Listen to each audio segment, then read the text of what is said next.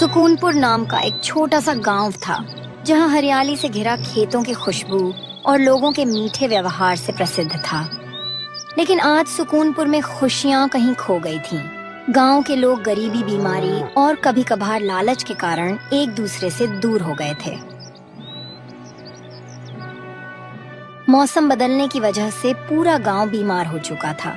कभी गर्मी तो कभी ठंडी तो कभी बरसात की वजह से डेंगू और चिकनगुनिया, टाइफाइड, सर्दी जुकाम और फ्लू जैसी बीमारी फैल रही थी।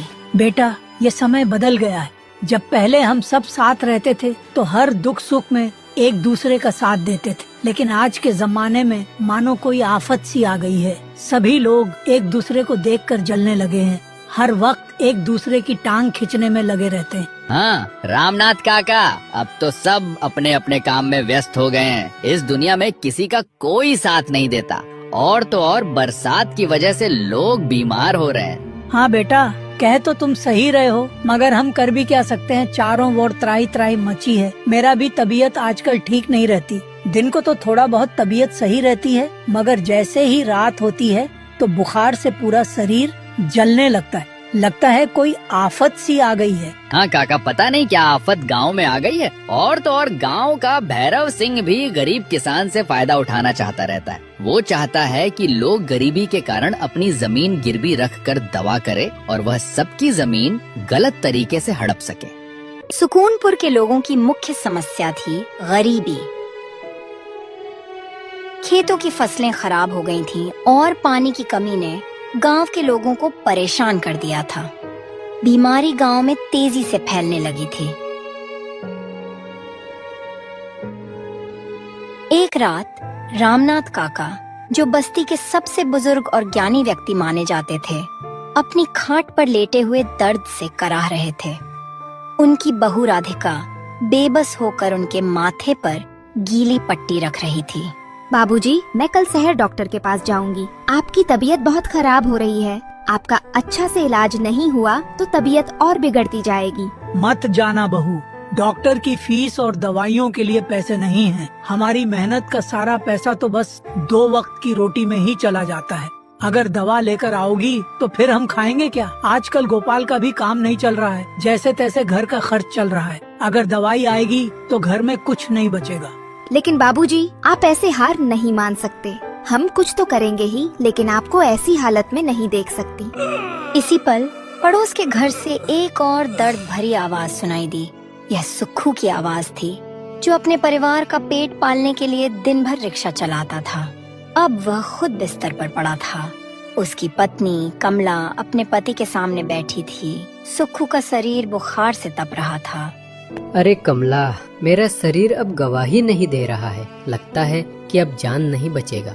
आप चिंता मत कीजिए जी, सुबह होते ही मैं आपको डॉक्टर के पास लेकर चलूंगी। आप बिल्कुल सही हो जाएंगे। अरे पगली, हमारे पास इतना पैसा कहाँ है कि हम अपना इलाज करवा सके? हाँ, ये बीमारी तो फैलती जा रही है। अब मुझे नहीं लगता कि मैं बच पाऊंगा। जी, मैं कल सेठ भैरव सिंह के पास जाकर अपनी जमीन गिरवी रखकर पैसा लाऊंगी और आपका इलाज करवाऊंगी। अरे कमला, तू ये कैसी बातें कर रही है? हमारा तो एक ही सहारा, हमारा खेत बचा है, और उसे भी तुम गिरवी रख दोगी तो हमारा खर्चा कहाँ से आएगा? अब तो मैं रिक्शा भी चलाने के लायक नहीं हूँ। हाँ, शरीर बीमारी की वजह से कमजोर हो गया है। हाँ जी, आप तो ठीक कह रहे हैं, मगर हमें कुछ ना तो कुछ करना ही होगा। ठीक है, मैं कल कोई और उपाय करूँगी।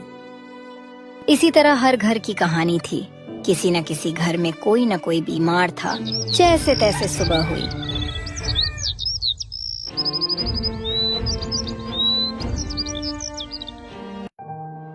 देखो जी, आज फिर से बाबूजी की तबीयत खराब हो गई थी। जैसे तैसे उनके सिर पर गीला कपड़ा रखी तो उनका बुखार कम हुआ। आप तो खाना खाकर सो गए थे। आप बहुत थक गए थे, इसीलिए आपको रात में जगाई नहीं। कुछ समझ नहीं आता। क्या करूं? बीमारी ने सबको अपनी चपेट में ले लिया है। हाँ राधिका, अब तो हर घर में बीमारी का साया है। इलाज के लिए भी पैसे नहीं है, और अगर पैसे भी मिल जाएं, तो कुछ दिन में बीमारी फिर से लौट आती है। पता नहीं भगवान क्या चाहते हैं, कुछ समझ नहीं आता। और तो और आजकल कहीं कोई काम भी नहीं मिलता। और आपको पता है, 2 दिन पहले शंकर लोहार के बेटे की तबीयत खराब होने की वजह से उसे पैसों की जरूरत थी तो उसकी जमीन भी बिक गई। बेचारा बहुत रो रहा था, कह रहा था कि एक ही जमीन थी और एक ही बेटा है और वह बेटा को खो नहीं सकता, इसीलिए जमीन बेच दिया। इसी तरह हर घर की कहानी थी, हर तरफ उदासी थी। लोगों के मन में उम्मीद की किरण धीमी पड़ने लगी थी। इसी बीच गांव के सबसे संपन्न आदमी में से एक था सेठ भैरव सिंह। भैरव सिंह हमेशा से ज्यादा संपत्ति और प्रभाव की चाह रखता था। वह गांव के कई किसानों से जमीन खरीदने की ठानी ताकि वे वहां अपना कारखाना स्थापित कर सकें। अर्जुन बेटा, अगर हम गांव के इस हिस्से पर अपना उद्योग लगा दें तो यहाँ की गरीबी मिट जाएगी और हमें भी मुनाफा होगा।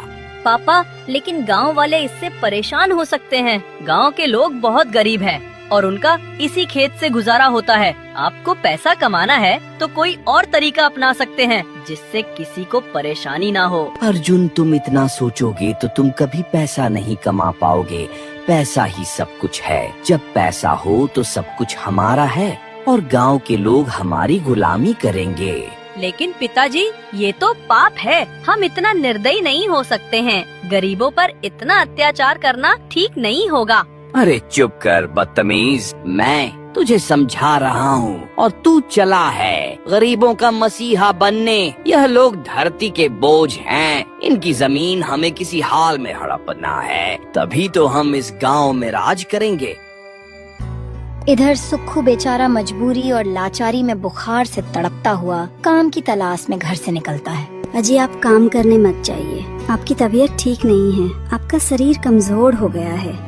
आप कहीं गिर भी सकते हैं। नहीं कमला, मुझे तो काम करना ही होगा। मैं सब सह लूंगा। अगर काम नहीं करूंगा तो हमारा खेत गिरवी रखना पड़ेगा और मैं अपने जीते जी अपना खेत गिरवी नहीं रख सकता। सुक्खू कमला की एक ना सुना और घर से काम की तलाश में निकल पड़ा। कुछ दूर जाने के बाद रास्ते में गोपाल मिलता है। अरे सुक्खू भाई, तुम कहाँ जा रहे हो? मैंने सुना था कि तुम्हारी तबीयत भी आजकल खराब रहती है और तुम इतना परेशान क्यों हो और कहाँ इस हालत में जा रहे हो? क्या करूँ गोपाल, मैं तो बिल्कुल टूट चुका हूँ। अब मेरा शरीर साथ नहीं दे रहा है, जिसकी वजह से मैंने रिक्शा चलाना छोड़ दिया और आजकल मेरे बेटे की भी तबीयत खराब हो रही है। घर में एक फूटी कौड़ी नहीं बची कि शहर जाकर अच्छा इलाज करवा सकूं। मेरी पत्नी कहती है कि जो हमारी थोड़ी बहुत जमीन बची है उसे गिरवी रखने को बोलती है। ये बात मुझे अच्छी नहीं लग रही है। हाँ सुक्खू भाई, वाकई में तुम्हारे साथ बहुत बुरा हो रहा है।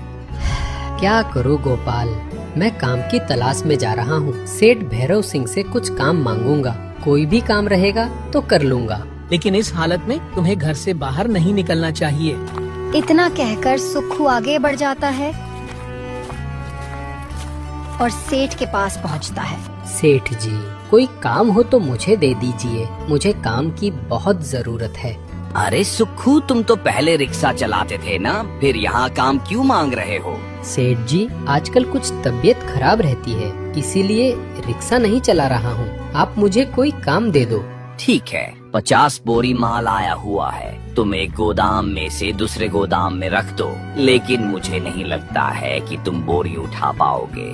नहीं सेठ जी, आप चिंता मत कीजिए। मैं सब बोरी उठाकर आपका पूरा काम कर दूंगा। आप निश्चिंत रहिए। फिर सुक्खू इतनी बीमारी में भी अपने सर पर बोरी उठाकर दिन भर काम करता है।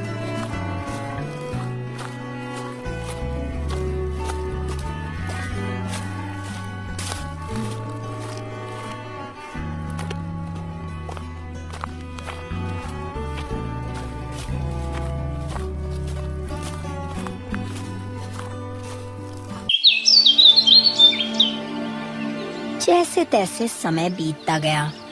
बीमारी की लहर तेज होती चली गई। एक दिन उस गांव में एक हरिया नाम के बुजुर्ग का बेटा पढ़ाई पूरी करके गांव आया। प्रणाम पिताजी, और बताओ क्या हाल है? सब ठीक है ना? हाँ बेटा, और बताओ तुम कैसे हो? तुम्हारी पढ़ाई खत्म हुई कि नहीं?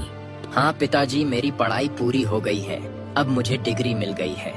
ठीक है बेटा, तुम हाथ पैर धो लो, चलो खाना खा लो, और बातें कल होगी। तुम दूर से आए हो, थक चुके होंगे।